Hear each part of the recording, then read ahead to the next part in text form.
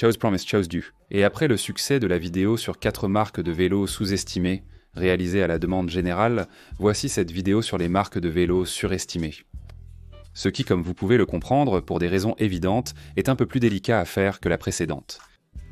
Mais je fais partie de ces personnes qui pensent qu'une critique, tant qu'elle est constructive, élégante et faite avec respect, aide toute entreprise, toute personne à s'améliorer. Alors, allons-y. Avant tout, je voudrais dire quelques réserves. Pour commencer, il s'agit d'une liste de 5 marques, mais finalement, toutes les marques que je considère personnellement, d'après mon expérience, comme étant surévaluées dans le secteur du vélo, n'y figurent pas. Mais c'est un échantillon de variété, disons-le comme ça. D'autre part, ce n'est pas non plus un classement. Vous allez voir 5 marques, mais elles ne sont pas classées dans un ordre particulier. Et enfin, j'aimerais préciser qu'en lisant vos commentaires, tant sur les vidéos en général, il m'est clair que le jugement que vous portez habituellement. Les utilisateurs finaux ont beaucoup à voir avec le prix du vélo lui-même et avec le service après-vente que propose la marque, basé surtout sur les mauvaises expériences de certains avec le service après-vente et autres. Évidemment, je prends ces choses en considération parce que je suis aussi utilisateur de vélos. J'achète mes propres vélos et je dois en tenir compte. Mais évidemment, en travaillant dans le secteur, je dispose de beaucoup plus d'informations sur ce qui se passe à l'intérieur des marques. Et au final, ce type de liste s'alimente de toutes ces informations qui vont bien au-delà de ce qu'un utilisateur final pourrait peut-être obtenir. La seule chose que je vais vous demander, c'est que pour continuer à faire grandir le projet, pour rester le plus indépendant possible dans ce secteur, j'ai besoin de votre aide, j'ai besoin de vos vues, j'ai besoin de vos likes, j'ai besoin que vous appuyiez sur le bouton s'abonner et que vous partagiez cette vidéo avec vos amis. Pour que, d'une certaine manière, tout cela continue de grandir et que je puisse continuer à consacrer du temps à ce type de contenu, 100% indépendant. Oui, je vais aussi vous demander de me laisser votre avis dans la section des commentaires sur ce dont nous allons parler. Et l'une des raisons qui me permettent aussi de faire ce type de vidéo, c'est d'avoir des sponsors en dehors du secteur du cyclisme. Insta360 est une marque de caméra d'action qui a su très bien s'adapter aux besoins des cyclistes, contrairement à d'autres concurrents dans ce domaine. Parce qu'ils ont sorti plusieurs modèles de caméras sur le marché qui permettent de choisir le type d'expérience que tu veux vivre, ce que tu veux enregistrer avec tes caméras sur le vélo. D'un côté, ils ont par exemple la X4, qui est une caméra 100% 360, capable d'enregistrer sous tous les angles. En masquant complètement tout ancrage au vélo, au casque, ou que tu la portes. Et en donnant l'impression que quelqu'un est vraiment en train de te filmer, ce qui permet d'obtenir différents angles d'enregistrement. C'est l'une des caméras que j'utilise personnellement le plus pour réaliser des vidéos de tests, d'onboard, etc. Et je trouve qu'elle a une qualité incroyable pour un format 360. D'un autre côté, il y a l'Ace Pro 2, qui est personnellement la caméra que j'utilise le plus. Parce que d'un côté, elle te permet de faire du vlogging traditionnel comme on le faisait toujours, façon youtubeur, on va dire ça comme ça. Et d'un autre côté, c'est probablement la caméra embarquée parfaite, grâce à l'autonomie de la batterie, à sa robustesse, à sa capacité à capter un bon son, ce qui est quelque chose d'incroyable dans cette dernière génération. Et pour un poids qui, parmi ceux qu'on trouve dans ce type de caméra, reste assez bien contenu. Et puis il y a une autre caméra, une mini caméra qui s'appelle Gold 3S. Elle pèse quelques grammes, vraiment très peu de grammes. Nous commençons la liste avec Ridley, la marque belge de vélo par excellence. Une marque que je connais très bien parce que j'ai eu le plaisir de tester pratiquement toute sa gamme route. Plusieurs modèles de gravel et de montagne, oui, j'ai presque tout essayé. Et une marque que, s'il faut lui reconnaître quelque chose de positif, c'est qu'au cours des dernières années, elle est devenue l'avant-garde de ce qui allait arriver avec le gravel. Eux, comprenant qu'ils viennent d'un acide désoxyribonucléique très cyclocross, de là-bas du Benelux, de Belgique, des Pays-Bas et tout ça, ils ont su très bien adopter le gravel, anticiper ce qui allait arriver avec lui, et comprendre que le gravel n'allait pas être seulement un vélo parmi le catalogue des marques, mais qu'il y aurait différents modèles, un de compétition, un d'aventure, un de bikepacking. Ils ont même été les premiers à sortir un modèle de gravel aéro. Ça nous a tous bluffés quand c'est arrivé, il y a déjà de nombreuses années. Je ne sais pas si c'était il y a 5 ans, peut-être 6 avec le Noah Fast, mais ce que le temps nous a montré, c'est qu'ils avaient raison. Aujourd'hui, dans leur catalogue, je ne sais pas s'ils ont 5 ou 6 modèles qu'on peut considérer comme off-road parmi les vélos à guidon courbé dans leur catalogue. Et est-ce qu'ils nous ont montré la voie, ou est-ce qu'ils ont montré la voie aux autres grandes marques? Parce que des marques comme Trek, qui ont commencé avec la Checkpoint, ont maintenant la Checkmate et la Checkpoint, et probablement à l'avenir, il pourrait y avoir encore plus de modèles. Canyon, qui a commencé avec la Grail, a déjà la Grisole pour l'aventure, la Grail 100% compétition. Je veux dire, c'est une tendance que beaucoup de marques suivent, et ce mérite nous devons l'accorder à Ridley. Du point de vue espagnol, pour que vous compreniez bien, si vous n'êtes pas familier avec la marque, pour moi Ridley et l'Orbea belge, il y a beaucoup de similitudes. Ils peuvent personnaliser les couleurs de leur vélo selon la demande du consommateur. Elle a un niveau de finition très similaire, des qualités de matériaux et un développement des vélos comparable à ce que Orbea peut proposer. Cependant, c'est l'une des marques Ridley que je vais pénaliser en la considérant surévaluée par rapport à son prix. Parce que d'un côté, elle a des prix d'entrée très élevés, on parle vraiment de prix d'entrée. Mieux en vélo de route ou de gravel à 7 000 €, 6 000 €, à partir de là, il ne monte rien en dessous d'Ultegra, pour que vous compreniez. Mais c'est qu'à égalité de modèle. Avec Orbea par exemple, ils sont littéralement entre 1500, 1000, 1800, 2000 € ou plus au-dessus de ce que peut proposer une marque comme Orbea.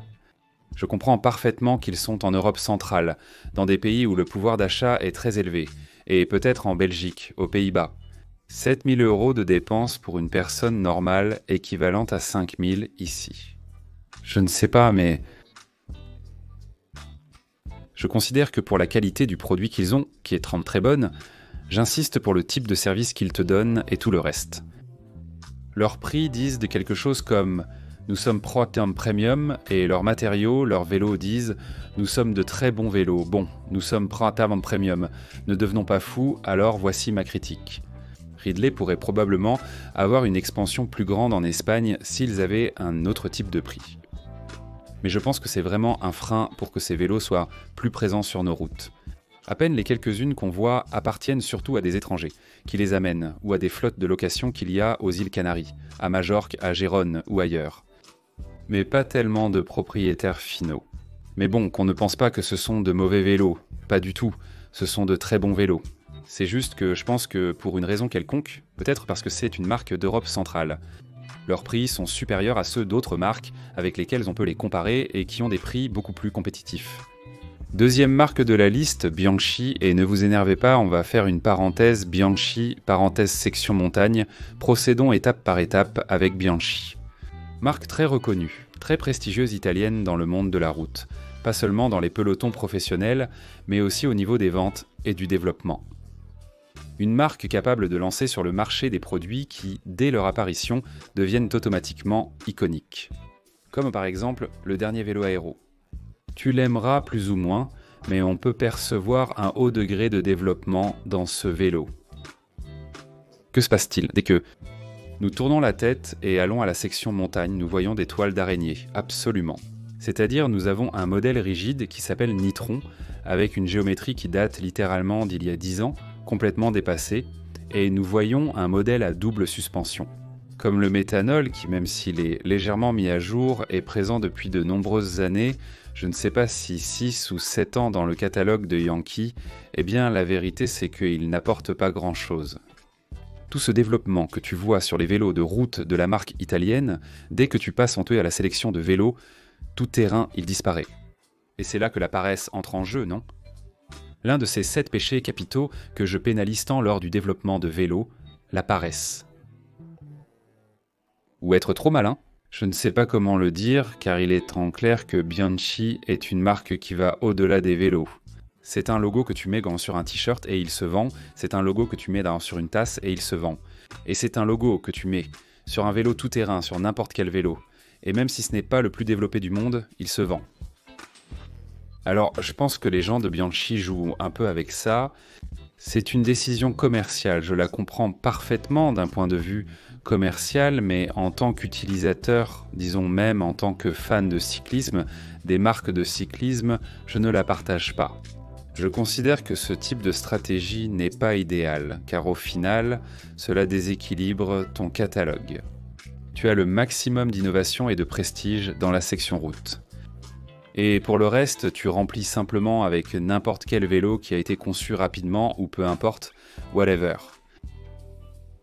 Personnellement, je pense que d'autres stratégies sont plus optimales, comme celles suivies par des marques comparables à Bianchi, comme par exemple Colnago, qui dit d'accord aussi, une marque italienne prestigieuse de vélos de route, et il dit « Je développe des vélos de route aussi un peu de gravel, incroyable, super optimaux. Je ne vais pas en montagne, et pour moi c'est un choix. » Très intéressant. Ou d'autres marques italiennes de prestige, etc., etc.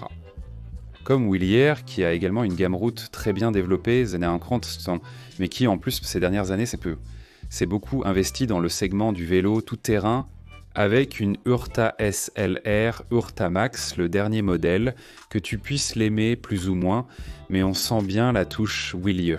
On sent qu'il y a un certain développement derrière, que le vélo a de la personnalité et qu'en plus la marque le pousse en avant, parce qu'ils ont une équipe. En ce moment, ils participent à la Coupe du Monde, ils montent bien sur les podiums, si je ne me trompe pas, à la Cap Epic, etc. etc. Donc, troisième marque Treste. Et c'est un cas très particulier, car cela n'a rien à voir ni avec le prix de leur vélo, ni avec la paresse, bien au contraire. Trete est une marque très reconnue de composants qui, à un certain moment, décide de se lancer. Elle fabrique aussi ses propres cadres en carbone, une marque italienne qui possède sa propre usine de carbone en Italie, où ses propres ouvriers, de leurs propres mains, assemblent et fabriquent en pièce par pièce, feuille par feuille de carbone, chacun de leurs cadres. C'est-à-dire qu'ils ont une valeur ajoutée énorme, parce que ce n'est pas fait comme la grande majorité des marques internationales, grand public, etc. La fabrication des cadres à Taïwan, en Chine, en Asie du Sud-Est, où que ces marques les fabriquent. Donc on pourrait penser, ok, une marque artisanale, une marque très de niche, une marque qui a le pouvoir de faire ce qu'elle veut, absolument de définir la direction qu'elle souhaite pour ses vélos. Une marque qui, ces dernières années, a beaucoup mis en avant ses cadres liés au gravel. Et ce que je ne comprends pas avec cette marque, c'est que ayant la capacité de créer ces cadres à partir de zéro et en contrôlant absolument tout le processus, le résultat final soit si opposé à ce que, selon moi, le gravel exige. Si tu essayes un 4.3T de gravel, tu vas te rendre compte qu'ils sont incroyablement rigides. C'est-à-dire, quand je dis incroyablement rigides, ils sont absurdement rigides pour ce que le gravel demande. Voyons voir si je m'explique. Le gravel, évidemment, c'est une discipline qui prend la base des vélos de route, mais qui se pratique en dehors des routes. Où il y a des milliers d'obstacles, où il y a des irrégularités sur le terrain, nous n'avons pas la facilité que nous offre l'asphalte avec un sol lisse, sans difficulté et tout le reste. Donc de base, nous comprenons que le vélo doit être absorbant. Je ne parle même pas encore des suspensions, mais il faut que le carbone lui-même ait la capacité d'absorber tous les impacts qui arrivent aux axes des roues de manière verticale. Rigidité latérale, absorption verticale. Et ça, plus ou moins, c'est la bataille dans laquelle toutes les marques sont engagées. Cependant, Treste fabrique des cadres qui sont incroyablement rigides. Pas seulement en latéral, ce qui serait bien pour garder toute la capacité de réaction du vélo et tout ça, mais aussi en vertical. Et ça, c'est quelque chose que je ne comprends pas, parce que je ne sais pas à quel moment. C'est positif pour le gravel. Je ne le comprends pas. Ce sont des vélos esthétiquement incroyables. Moi, par exemple, la Maxitalia, je trouve que c'est un vélo magnifique. Quand tu vois la finition en carbone brut, tu pleures. C'est comme la Joconde des vélos de gravel. Mais bon sang. Ensuite, tu l'essaies et on dirait que tu conduis un camion dans une course de Formule 1. Je ne sais pas si je me fais bien comprendre. C'est tout le contraire de ce que le gravel demande. Moi, par exemple, j'ai la Laouf Seila que je considère comme le vélo de gravel le plus confortable que j'ai jamais essayé. Indépendamment de la suspension, je parle du cadre et toutes les 3T se réintent à l'extrémité opposée. C'est difficile à transmettre ce que je vous explique, mais l'idée que je veux que vous reteniez est celle-ci. Ils ont un produit incroyablement haut de gamme, une fabrication incroyable, ils contrôlent tout le processus. Et pourtant, le résultat final, à mon avis, est très éloigné de ce que requiert la discipline pour laquelle ce vélo a été conçu. La quatrième marque de la liste est, sans aucun doute, le plus grand exemple de paresse que j'ai trouvé ces derniers temps dans le secteur du cyclisme.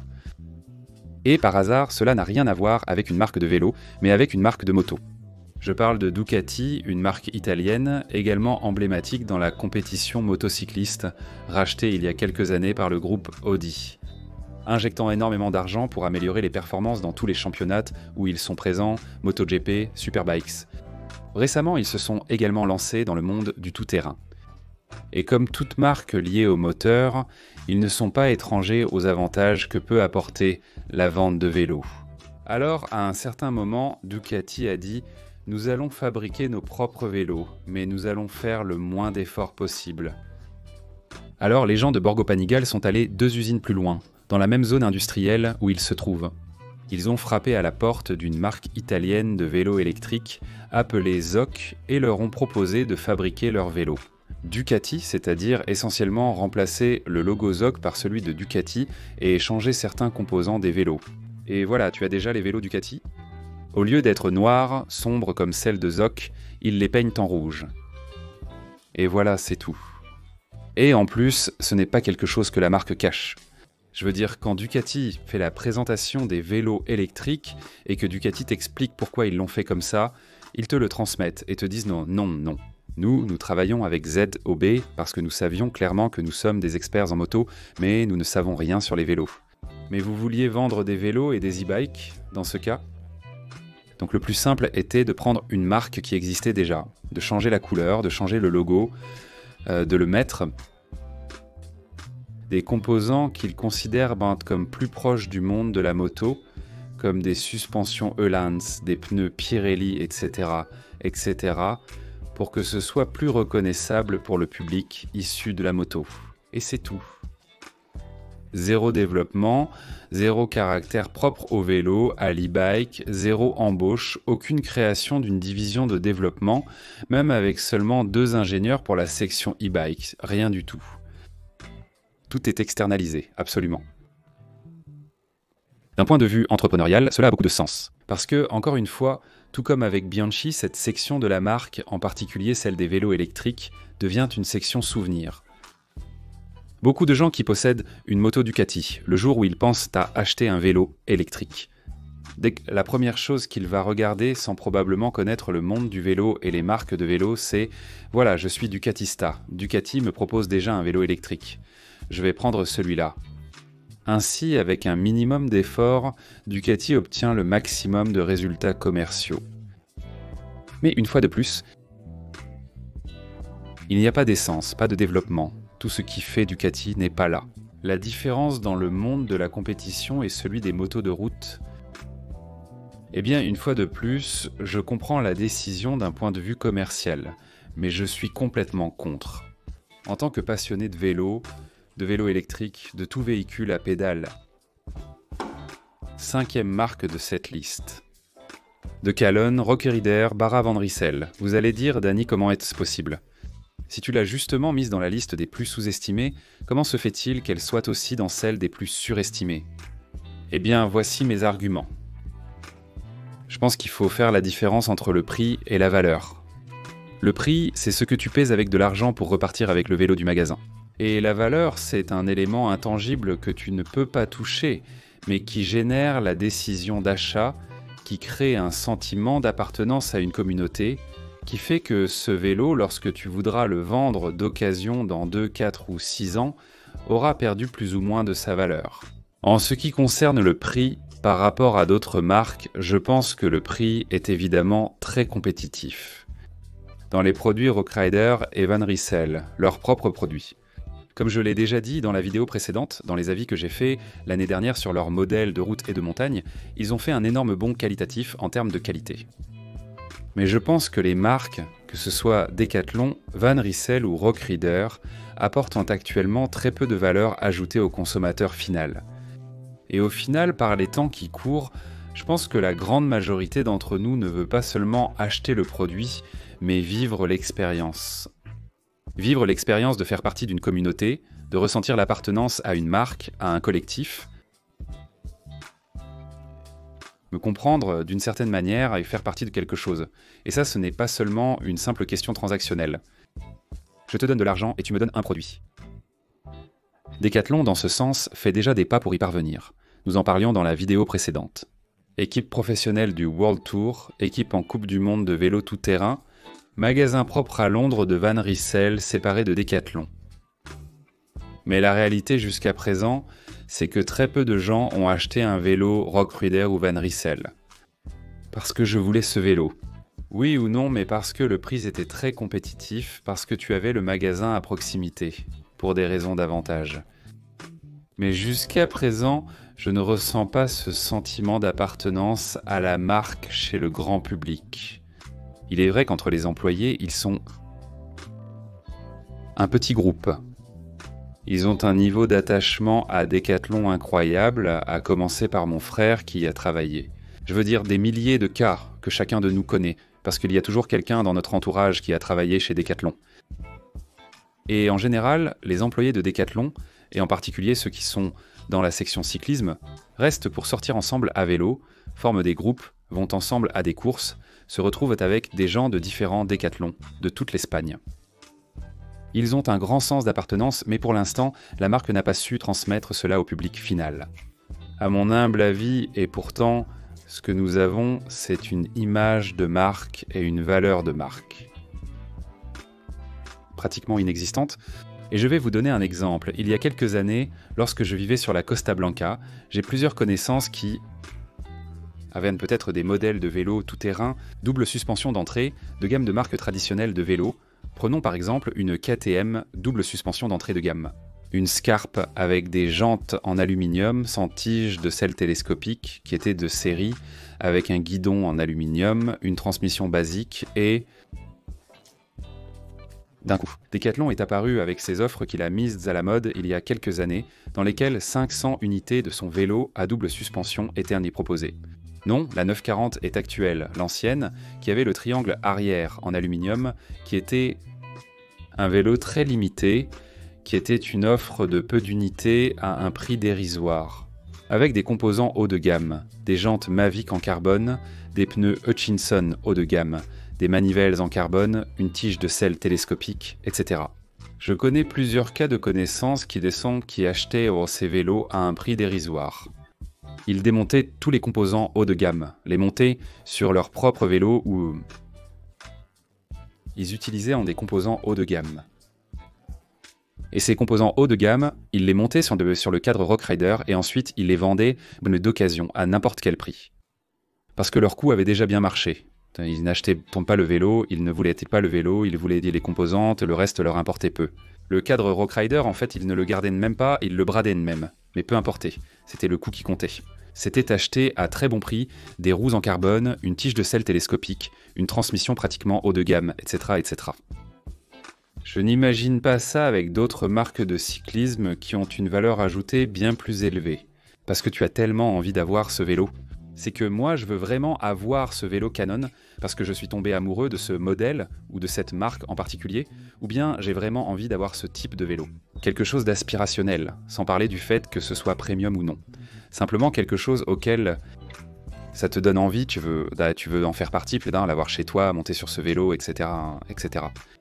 Alors, je pense que même en ayant un prix très compétitif et un produit très compétitif de Carlone, cet aspect-là leur fait vraiment défaut. Vraiment défaut. Et donc, pour moi, aujourd'hui, même s'ils travaillent dessus et je sais qu'ils vont y arriver, c'est surestimé sur ce point. Enfin, êtes-vous d'accord avec moi? Oui ou non?